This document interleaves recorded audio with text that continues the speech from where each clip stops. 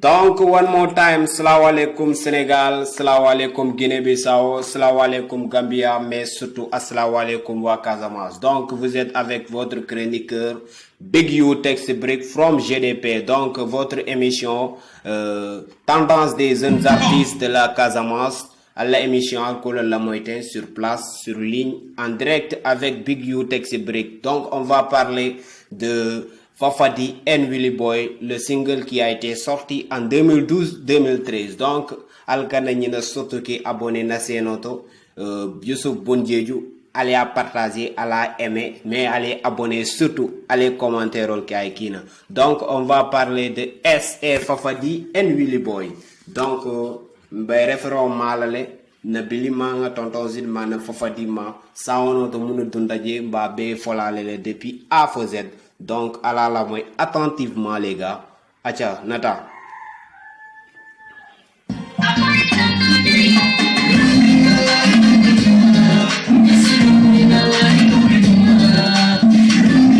Donc, eko lumina la hidobe timmala, messi lumina banko be furumbola. Donc, il a refrain yo le dondena, eko messi lumina la hidobe timmala. Wala mundi. Wala ente lumine be silebe sawono kachalambe sawono bondile le single ça va être intitulé Dunia. Donc wala hidoti wala timmandel mais messi lumina banko be furumbola wala lumina tonya ko mo be lola.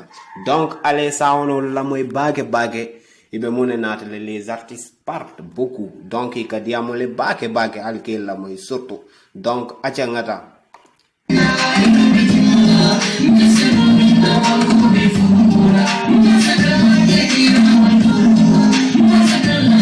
donc, il commence à t'aller et qu'il lamentole. Donc, cela veut dire quoi? Jaïka diamontole la population Casamance. Donc, Casamance, nina entourage olbetu, nina erol, nina gal, nina kekendol, et qu'on le fait, mansatala et qu'il lamentole. Ça englobe toute la Casamance. Donc, à la moï, Bilim va entrer en premier lieu.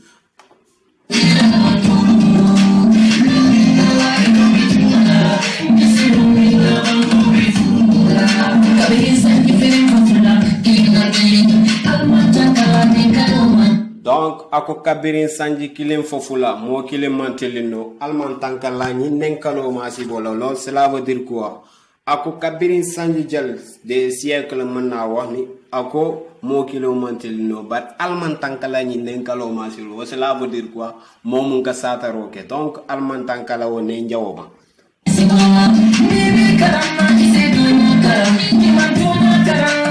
Donc, akoni be karana ise tonya kara ni mon tonya kara sini sama ise ni misa. Donc, ala sawono la moy bake ay mum foje bake.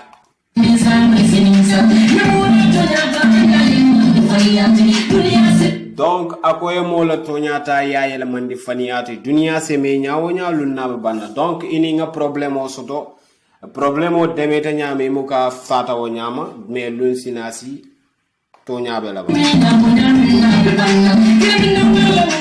Ako le mouvement Kérémendé dans la moule Kawando te banola. Donc ce qui a été passé avec le groupe Kérémendé Wosato te banola. Donc khadama dimu na la kosoja anala kun kosoja. Donc ni anuto jibe afota ku jamala. Donc ni tata jibe bira botaje afota ku jamala. Donc wo nambere ko ni jibe c'est en Casatawan. Donc, il y avait un groupe qui était en Casamance ici, qui s'appelle le groupe Casatawan. Donc, ils étaient au nombre de 4. Donc, ils t'installaient. Mais, bien t'installaient, n'amène n'y a mon position.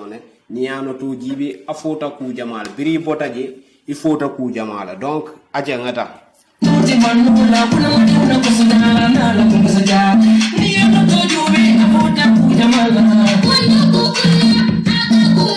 Donc, le gosse va venir, il s'appelle Tonton Zil Kérémendé. Donc, ako kunjunku kuna aka kunwatile. Ye kunta ke kuna ake kunwatile. Kama kuna ane kune. Aja ule. donc alba jela belier dunna avec kumo lancé là donc ako jatona sembo mais sana kuno donc le groupe Kermenden Plus eux ils ont gagné le combat et qu'ils ont gagné les victoires au sotole donc ako wole nati jatona sembo sana kuno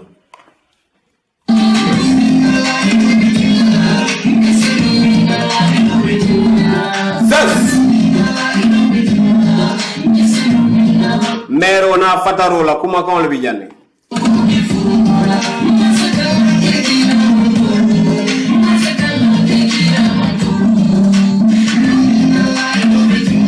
yeah, vous êtes avec Big You Texi Break.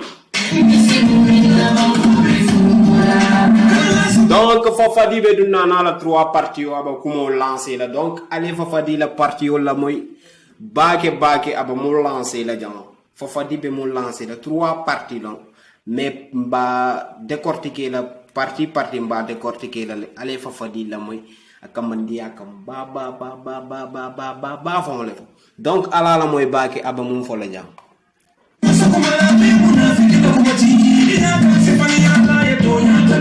donc ako kanala sama sakumala be munafiki la kumati inya kasi faniyala yeto nyata bini donc Fafadi ni tata jibe nyindulato ako kanala sama sakumala abe munafiki la kumati kon kanala nyina kumol abe munafiki la kumati inya kasi faniyala ite mun kala mo yeto nyata bini katu ibilisa na la molubume wala fota ila l'akhirah donc ni ko iblisa iba arabol jalebe répondre ba fole lengala tullah ali donc alala danko baka iblisa na la mol danko be kan donc allez Fafadi la nim parti wala moy baka c'est un mot très haut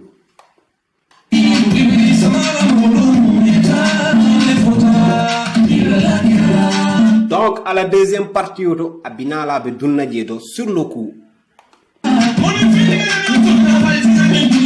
donc akoy ko montim finna ngani yo tolita xale fi ñañu dunya tema fala bebu ka bali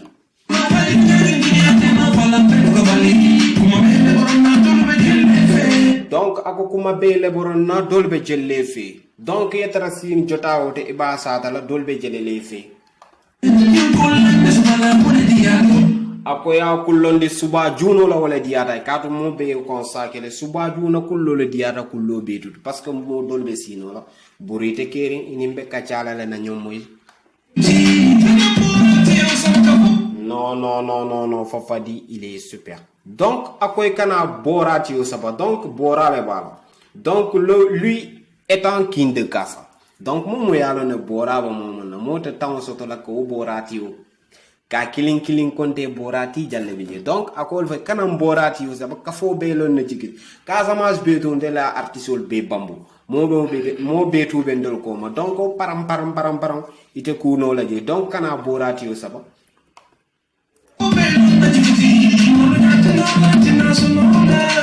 akoni a borati yo saba katu maloti na sonno la ma donc il vaut mieux ya bula ay free quoi akoy ko kodo bije wonyanta mallayele fasa jono wonyanta mallayele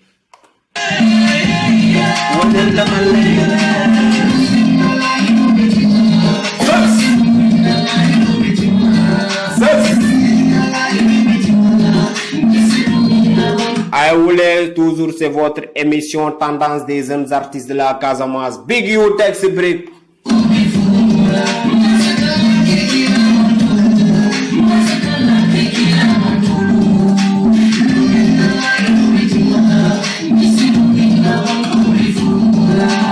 Donc Alba Billy Jelabe donne sur le coup il va lancer un mot nañu setal suñu xol ndax aduna bi amul solo donc ako nga ñol señandi dunia ma ñoo soto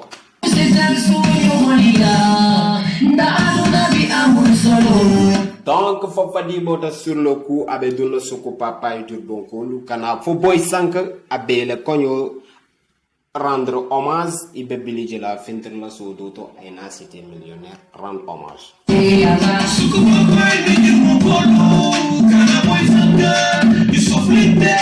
ni be gudom cité donc ako bi ni be gudom ate be sirin cité millionnaire wala duwa ba ko mal ya mura le foka ban cité millionnaire kol almamo donc le gosse attetable du nom de tonton Zil aba diamo lancé le donc wo diamo nia la moy baké ibe position soto la moy yalo ne il se rappelle de quelque chose.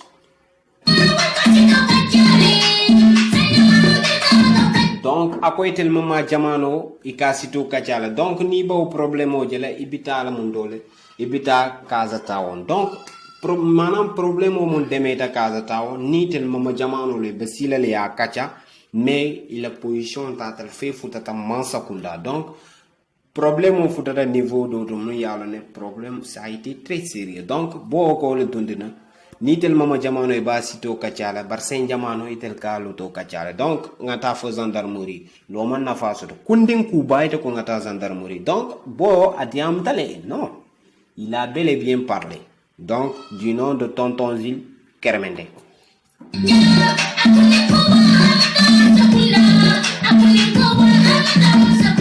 Donc il be fa di la don sur le quoi ba fo la ko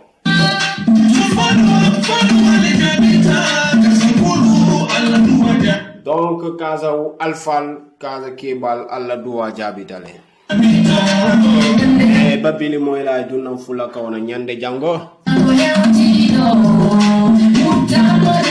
les sini samo sita iba jelale ko woy ba jelale diwu faye bois diwto baye bois diwto akay ko jam mombo be fande ni alkiyama lolo sita donc mo be yalla no mo to nyalati Billy Boy il a bien parlé.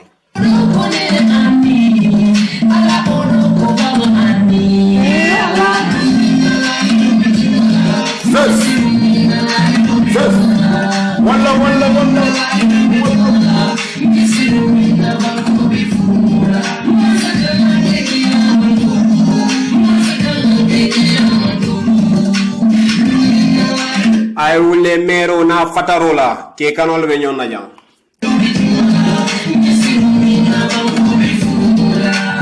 wada talk maniga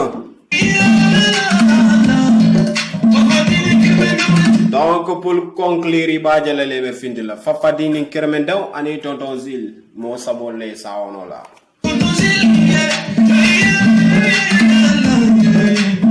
Fafadi ko mu kazankul alkiti ote bon bobe dunna ba fole ngata kaza no muruya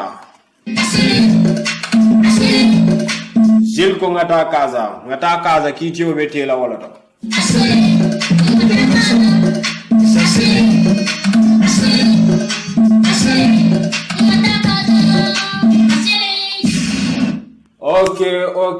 ok voilà en grosso modo nsanyina fono ale yin single do mon demeta en 2012-2013 entre Fafadi et Billy Boy Kermende tonton Zil donc nino mu kuma kante mon sefono pour le moment Fafadi ni Billy les single bondele ils ont parlé ngabe décortiquer allié donc alkana ñina ke abonné na senoto Youssouf Bondjeju ala partager ala aimer commenter ala lipanainan donc c'est votre émission tendance des jeunes artistes de la Casamance émission Bandalejan donc ka fallait aller prochaine vidéo batu on va parler de Fafadi N.S. Star Bakary Yesawono Mumbondi en 2020. Donc, alkane ñine surtout ki abonné na sen YouTube.